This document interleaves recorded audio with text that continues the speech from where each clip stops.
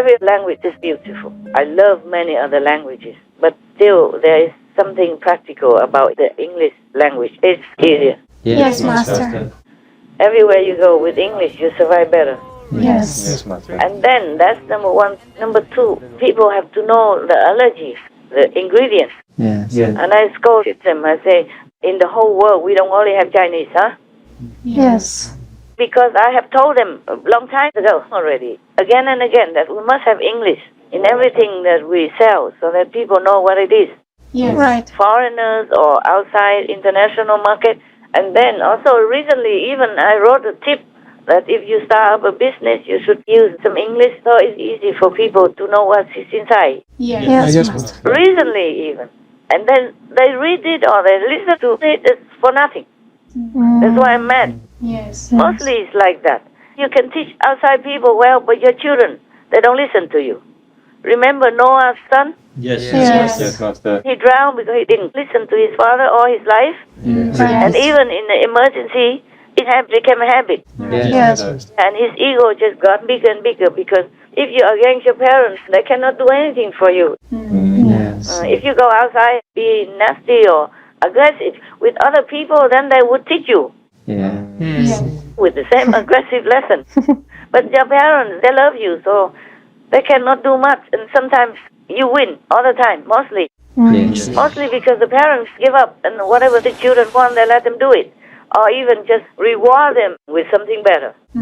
Yes. Blaming themselves that they did not teach the children well, they did not give them enough things, so they keep rewarding them more. And the more you give to the children, the worse they become. Yes. It becomes a habit and they get more and more aggressive because they feel by being aggressive, they get something more all the time. Yes. Yes, Master. So the parents unwittingly, unintentionally spoil the children, make them worse. In many cases, the parents are very afraid of the children because they are getting more and more physically aggressive as well, and they're stronger, they're bigger. Yes. The parents work very hard to feed, to clothe the children and make them strong and healthy, and the parents getting more and more depleted, Yes.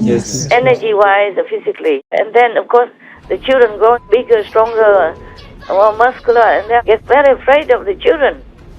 I read that in the news a lot, that the children are very, very bully, and the parents are scared of them. Recently, some parents have to call the police. Wow. There are many cases in America, I don't know about elsewhere, but in England before I also heard about that. They have to call the police because the boy was getting more and more physical. And then the case has been investigated, and they also found out that the parents always give in eventually and give them more things. Wow. Give them what he wants and later give more than what he wants to have peace. Yes. Yes, Master. But the boy feels like he is gaining all the time. And they have some home video or something where the boy was standing tall above the mother, humbly and meek, sitting down. He's standing there yelling and pointing fingers. Yes, Master. Yeah, this is the thing.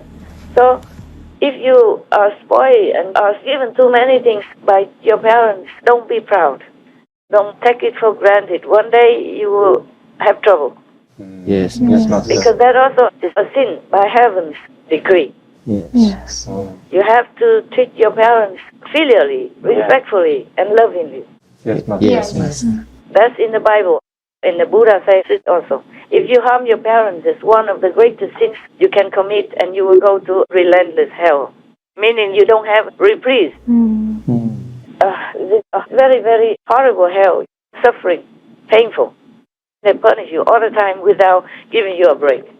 Like you see the hell where the people eating meat have to go down to the grinding hell. Yes, Master. Yeah, the machine will come down like the machine that you grind the meat with on earth. They will grind you with it. Wow. Yeah, but at least only 3 to 5 times a day, depending on how much meat you ate and what is your loving attitude or not as well. But you can rest in between.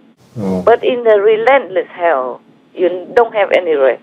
Whatever the punishment, you continue enduring it. And nobody hears you, nobody can help you. You don't remember a thing about mother, father, master, Buddha, Jesus, nothing. Oh. You don't remember anything because it's relentlessly painful. Yes. Yes. You have no mind, no brain to think anything anymore. Yeah. So the people in this world, they know nothing about all this, despite what all the masters told them. They just don't believe, don't listen, because their lives are continuing on in the worldly way. And then they are busy, or they don't believe, or they just ignore it, or they just could not change because of habit. Yes. They don't know what's awaiting them. I really feel the chill thinking about that. What's awaiting the humans in hell? Yes, Master. Because the human body is covering everything. So they hardly recognize anything from heaven and hell. The human body is to protect them also. But it also is a hindrance. Yes. But it is a good vehicle if you want to practice to go back to heaven, be enlightened and be compassionate and all that. But it is also a hindrance. And a greatest hindrance if you are ignorant, if you don't practice spiritually, truly enlightened. Enlightenment means you have the light. You have to see the light within you. That's why it's called enlightened. Yes, Master. Yeah. It's not just the word. It is a testimony for something awakening within you. But you have to recognize it. That's why only the true master can help you to see the light. At the time of initiation, you see it. And then you see it every day, or often as you can, if you can concentrate. Yes, Master. Even if sometimes you don't concentrate, the master also helps you. You see a flash here and there. Yes. And you say, huh? I did not concentrate. How come I have this and that? Yes. You never know. So you just have to be diligent. Sit there and do your best. Concentrate the most you can, and then the master power will help you. Yes, Master. Yes, Master. Just sit and wait, just like a shop that you open, even if you don't have customers, you still have to open and sit there and wait. Yes. You never know when a customer will come in. That's true, Master. Similar to God's power, it's like that. Yes, Master. You have to have the time for it, and then God will come in the form of light, sound, vision, bliss, happiness, peace. Yes, Master. By the way, I remind you that. I remind everybody. Yes, Master. Thank you, Master. What did I say? What was it before? I'm always jumping onto spiritual stuff, even though you ask me mundane questions. Get used to it. What was it? What was the question? Well, the question was about Pope, his promises to bring justice. Okay, of course. Okay, fine. Suppose he really will do it. We just have to wait because it has to translate into action. Yes. It's easy for everybody to say, just like all the politicians, they promise many things before they are in office. And when they're in office, not even half of it is done. You know all that already, everywhere. That's true, Master. And also blaming it on the other party or whatever. Yes. Let me see if anything else I want to tell you. I guess that's what it is. Oh, yeah. Even my own so-called disciples, they don't do what I say, even though it's good for them. All kinds of excuses they have, or they just listen for fun. Yes. Not all of them concentrate on whatever I say, so that it's more beneficial to them, and more merit they gain, more elevation. When I went to some other places to stay sometimes, they bought me even cream with honey in it. Yeah, I'm telling you. Talking to a vegan. Low-level people, they do anything. Wow. Even being initiated doesn't guarantee that you're a high-level person. As I told you already, I got the worst of all the disciples from all the masters. The worst that people don't want. No master can deal with. Or wants to deal with. Yeah. Can you just wait for a moment? I call you back, okay? Yes, Master. I need to have a little drink and warm water. I don't feel good. Sure, Master. I'm here. Yes, Hi, Master. The question about P. Francis. Yes, Master. I told you, he blamed somebody else. It's easier. He found a scapegoat again because How come he didn't say anything about it before? Huh? That's true, Master. Many people complain that some newspaper printed all about that evidence, everything. And he said, oh, it's not a sin. A sin of the flesh is not a big deal, remember? Yes, Master. Yeah. Just to ignore it. Because these people are the ones who voted for him. The whole gang. Yeah. The mafia gang, they call themselves even, yeah? Yes. Because they cheated to put him in there. And then even according to the canon law, it is illegal. Virtually illegal. And they should be excommunicated or kicked out. Yes.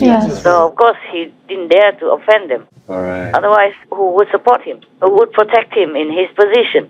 Yes. Cardinal Gottfried Daniels was a key member of the very St. Gallen Mafia he mentioned in 2015, a group of powerful churchmen who worked behind the scenes to get Pope Francis elected in 2013. Their goal, according to historian Henry Sire, to gather these powerful, like-minded prelates together to use their vast networks of contacts to bring about what political analysts would recognize as regime change, discarding priestly celibacy, offering communion to divorced and civilly remarried Catholics, voting for pro-abortion politicians, and normalizing homosexuality. According to German journalist and author Paul Bade, in an interview conducted by the National Catholic Register, at the invitation of Cardinal Silvestrini, the St. Gallen group met in Villa Nazareth. The purpose of the meeting? To prevent the election of Joseph Ratzinger. This meeting, called by Silvestrini, was held, according to Bade, only 3 days after Karol Wojtyła, or John Paul II's, death. We are reporting the death of Pope John Paul II at the Vatican. He was 84 years old. The 2005 conclave proved unsuccessful for the St. Gallen Mafia as Ratzinger was elected, but 2013 was another story. February 11, 2013, Pope Benedict announces his resignation. Within hours of Pope Benedict announcing that he was to resign, take a look at this. Lightning struck St. Peter's Basilica. You can see it again now in slow motion. Lightning struck St. Peter's Basilica twice immediately following the resignation of Pope Benedict XVI. Now, some people might not make anything of that, but lightning is something in sacred literature that almost always carries spiritual connotation. Sometimes it's good, sometimes it's evil, like when Jesus referred to Satan as falling like lightning.